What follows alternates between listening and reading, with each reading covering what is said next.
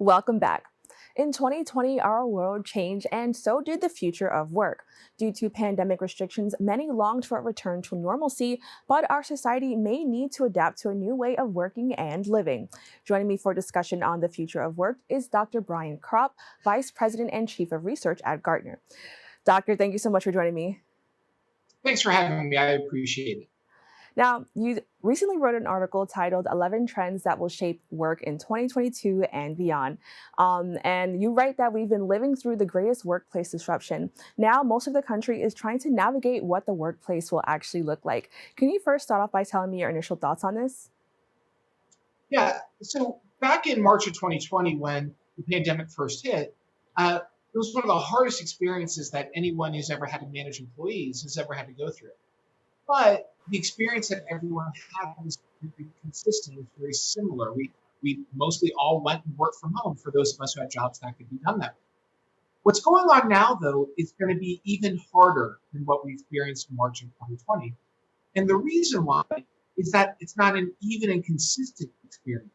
Some people are going to be working from home, some people in an office, some people there sometimes of the day, other times of the day. There's a lot more variability and unevenness. So we're going from a very consistent, predictable world to a very inconsistent, highly variable world in terms of how people are going to be working in a hybrid remote environment. And you layer on top of that everything we've learned about each other across the last 2 years.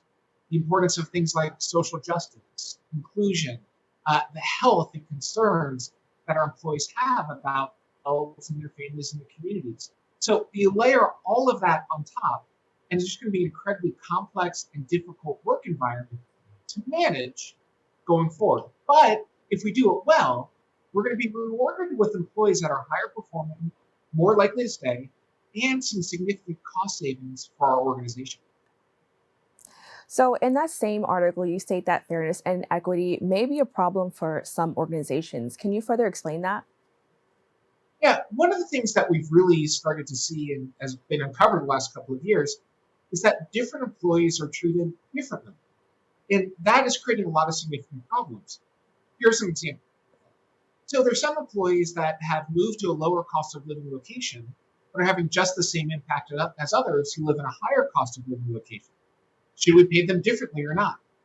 Some of our employees got additional support during the pandemic to help take care of kids and pay for daycare. That was great for those employees who got that very needed support, but is that fair to other people who didn't get that sort of support? Some people, by the very nature of their job, have the ability to work flexibly. Others don't. Do we make adjustments for those who can't work flexibly for one reason or another? I could go on and on with example after example of how these questions of fairness and how different employees are treated differently across work. And that's only becoming more highlighted because of remote and hybrid work and all the things that we're seeing going on right now. So what companies really need to be thinking about is how do they meet the needs of any individual employee in a way that's fair across all of the employees. And that, we think, is going to be one of the biggest challenges that executives face in 2022 and beyond. Now, I know many feel that it's a privilege just to work from home in general, and now to even work hybrid. Do you think we'll continue to see this type of imbalance play out in years to come? Yeah, the reality is we're entering our remote and hybrid future. And frankly, there's no going back for a variety of reasons. One, employees just want to work this way. They find it more productive, more engaging in a lot of cases. And the fact is, every other company is providing it, so you as an employer have to provide it. You layer on top of the fact that companies that really adopt a remote and hybrid strategy are able to achieve really significant cost savings and have access to a broader labor market. They could hire people from anywhere. So you put all of that together. Employees like it, employers want it, and it's cheaper. This remote hybrid world is going to be the future no matter what happens. It's just a question of how much and how does it actually work. We're not going back to everyone in the office 9 to 5, 5 days a week. Those days are long gone and they're not coming back. Now, in regards to fairness and equity, working hybrid may cause challenges for women and people of color, a population that we've learned actually prefers to work from home, like other employees as well. Can you explain why it may be a challenge for that population specifically? Yeah, one of the things that we certainly see is that employees who work remote or hybrid are just as high performing as those who come into an office every day. On average, there's no difference in performance. And maybe those who work remote and hybrid are slightly higher performing. But what we can say with certainty is that they're not lower performing. However, most managers disagree with that fact. About 2 out of 3 managers say they're more likely to promote people who come into the office and more likely to give a higher raise to people who come and work in the office. Now, that's wrong on the surface because we're over promoting and over rewarding people who aren't higher performing. But this is where it gets worse.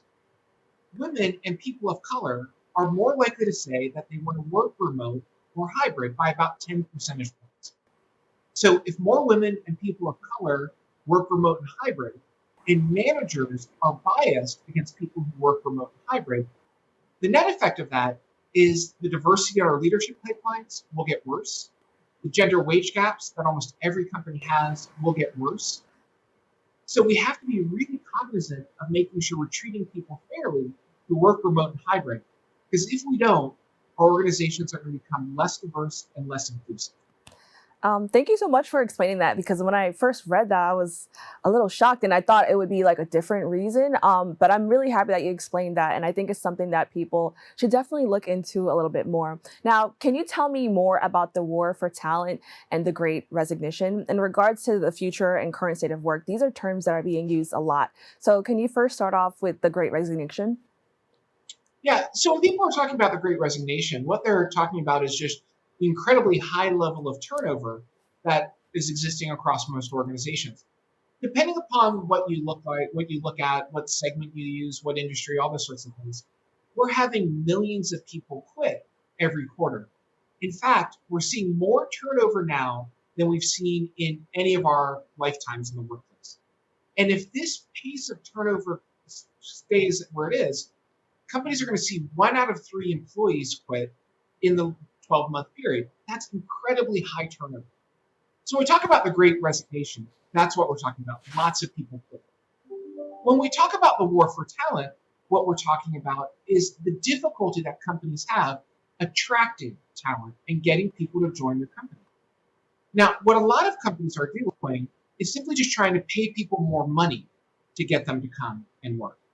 The challenge with that is it's just expensive as an employer. And two, if you're just paying your new employees more money, but not your existing employees those same compensation increases, then that's just not fair. Why should new employees get paid more money than the people that have been working at your organization for a while? That's wrong, it's unfair. So what we're actually finding companies doing is rather than experimenting to win in the war for talent, experimenting with money and paying people more money, they're experimenting with giving people and employees more flexibility over time. Not just flexibility about where they work, but when they work and how much they work.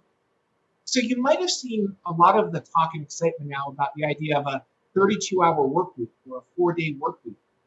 Part of that is driven by companies trying to come up with new and innovative ways to attract and hire employees rather than just offering more money to get those employees to join your company. Now, we can't talk about the future of anything without bringing up technology. Technology has aided many of us to work from home safely. Now you believe it will actually be used to measure our performance while we work outside of the office. Can you elaborate? Yeah.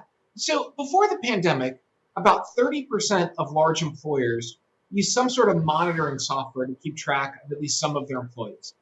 So this would be things like keeping track of when you log in and log off, how much you're typing on your keyboard, things like that. At the early part of the pandemic, what a lot of executives thought and were worried about was, well, if all these people are working from home, they're just going to sit around, take naps, and watch TV all day. They're not going to get anything done.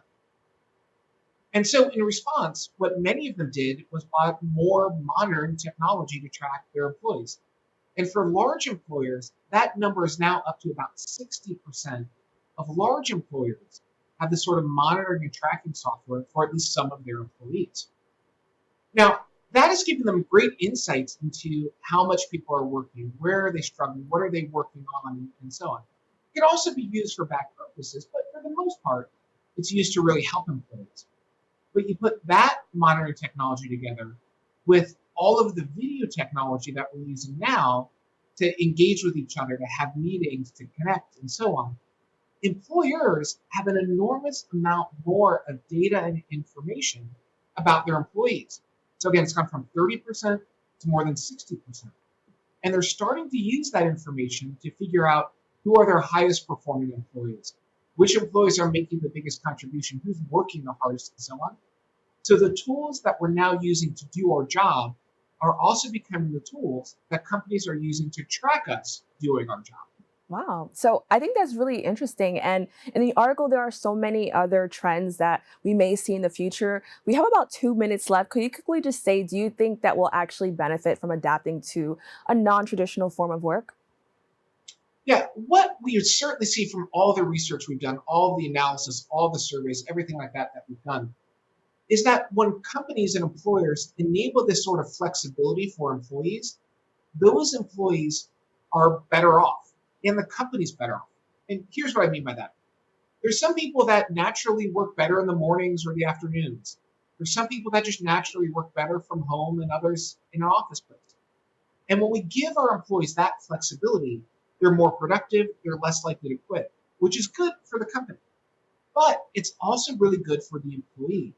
When they have that sort of flexibility over where, when, and how much they work, as long as they're getting their work done, they have better mental health, better physical health, they sleep better at night, they have better financial health. By adopting this idea of radical flexibility, employees are better off and employers are better off as well. All right, Doctor, thank you so much for joining me to talk about the future of work. We'll be right back with more Open BxRx Tuesday.